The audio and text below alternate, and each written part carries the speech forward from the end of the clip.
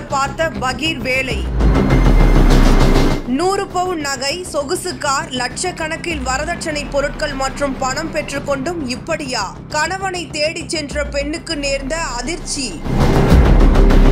பெண்ணின் பெற்றோர் வைக்கும் அதிரடி குற்றச்சாட்டு.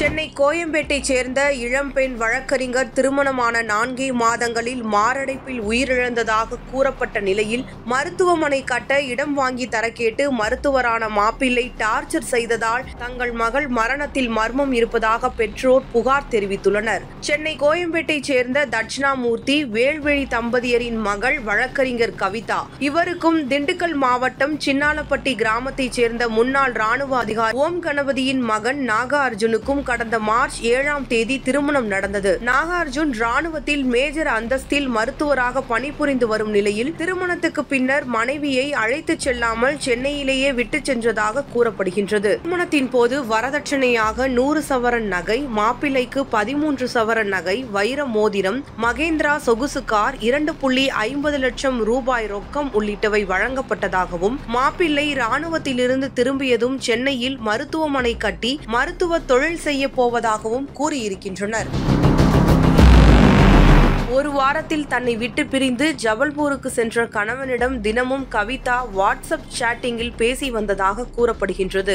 எப்போதெல்லாம் கவிதாவை பார்க்க நாகார்ஜுன் சென்னை வருகிறாரோ அப்போதெல்லாம் கவிதா மிகவும் சோர்வாக காணப்பட்டதாக கூறப்படுகின்றது. இதனால் மருத்துவ பரிசோதனை மேற்கொண்டதாகவும் உடல்நிலை சீராக இருப்பதாக மருத்துவர்கள் தெரிவித்துள்ளனர். சென்னையிலிருந்து புறப்பட்டு கணவனுடன் கவிதா ஜபல்பூருக்கு சென்ற நிலையில் கடந்த ஜூன் 10ஆம் தேதி நள்ளிரவு 12:30 மணியளவில் மாமனார் ஓம் கணபதி கவிதாவின் தந்தையை தொடர்பு கொண்டு, உங்களுடைய மகளுக்கு மாரடைப்பு ஏற்பட்டு மூளை நரம்புகள் பாதிக்கப்பட்டு உயிருக்கு போராடுவதாக தனது மகன் கூறியதாக தெரிவித்துள்ளார். உடனடியாக கவிதாவின் பெற்றோர்கள் விமானம் மூலம் பெங்களூருக்கு சென்று அங்கு ஏற்கனவே காத்திருந்த சம்மந்தி ஓம் கணபதியுடன் ஜபல்பூர் ராணுவ மருத்துவமனையில் உள்ள கவிதாவை பார்த்த பொழுது எவ்வித அசைவுமின்றி இருந்துள்ளார். அன்றே சிறிது நேரத்தில் கவிதா இறந்து விட்டதாக மருத்துவர்கள் கூறியுள்ளனர். பின்பு 11/6/2025 ஜபல்பூர் ராணுவ மருத்துவமனையிலிருந்து ஜபல்பூரில் உள்ள நேதாஜி சுபாஷ் சந்திரபோஸ் மருத்துவக் கல்லூரி மருத்துவமனையில் பிரேத பரிசோதனை முடிந்து கவிதாவின் உடலை மாப்பிள்ளை வீட்டார்கள் சென்னை கொண்டு செல்வதற்கான எல்லா ஏற்பாட்டையும் செய்துள்ளனர். தங்கள் மகள் உடலை சென்னைக்கு கொண்டு வந்து 13ஆம் தேதி நல்லடக்கம் செய்துள்ளனர். அதன் பின்பு ஒரு வாரம் வரை மாப்பிள்ளை ஓம் நாகார்ஜுனா மற்றும் அவருடைய பெற்றோர்கள் ஓம் கணபதி, ஓம் பிரேமலதா ஆகியோர் சென்னையில் உள்ள கவிதாவின் வீட்டில் தங்கியுள்ளனர். அப்பொழுதுதான் மாப்பிள்ளை வீட்டாரின் நடவடிக்கைகளில் சந்தேகம் ஏற்பட்டுள்ளது. தனது மருமகன் ஒரு மருத்துவர் என்ற நிலையில் கவிதாவின் உடல் பாதிப்பு ஏற்பட்ட பொழுது அவர் ஏன் எந்தவித முதலுதவியும் செய்யவில்லை என்று கேள்வி எழுந்தது. கவிதாவின் மறைவின் போதும் இறுதிச் சடங்கு நடைபெற்ற போதும் எந்தவித துக்கமும் துயரமும் அவர்களிடத்தில் காணப்படவில்லை என்பதால் சந்தேகம் வலுத்ததாக கவிதாவின் பெற்றோர் தெரிவித்தனர்.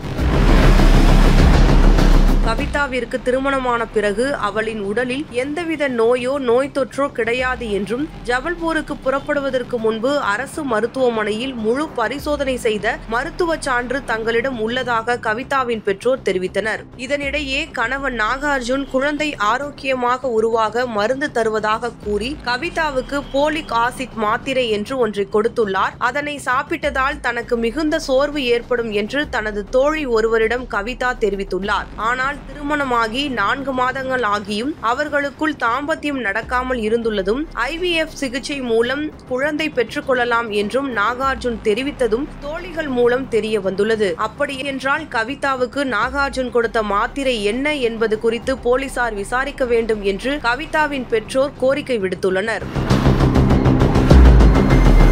மேலும் நாகார்ஜுனாவிற்கு மருத்துவமனை கட்ட இடம் வாங்கி தர சொல்லி கவிதாவை மாப்பிள்ளை வீட்டார் டார்ச்சர் செய்திருப்பதாகவும், கவிதாவிற்கு மன ரீதியாகவும் உடல் ரீதியாகவும் மாப்பிள்ளை வீட்டார் தொல்லை கொடுத்து வந்த நிலையில் கவிதா மரணத்தில் மர்மம் இருப்பதாக சந்தேகித்து ஜபல்பூர் காவல் நிலையத்திலும் சென்னை கோயம்பேட்டில் உள்ள காவல் நிலையத்திலும் கவிதாவின் தந்தை தட்சிணாமூர்த்தி புகார் அளித்துள்ளார். விசாரணையில் இன்னும் பல திடுக்கிடும் தகவல்கள் வெளியாகலாம் என்று கூறப்படுகின்றது. அதே நேரத்தில் பெண் வீட்டாரின் இந்த புகார் குறித்து விளக்கம் பெற முயன்ற போது கணவர் நாகார்ஜுன் மற்றும் மாமனார் ஓம் கணபதி ஆகியோர் அழைப்பை ஏற்கவில்லை.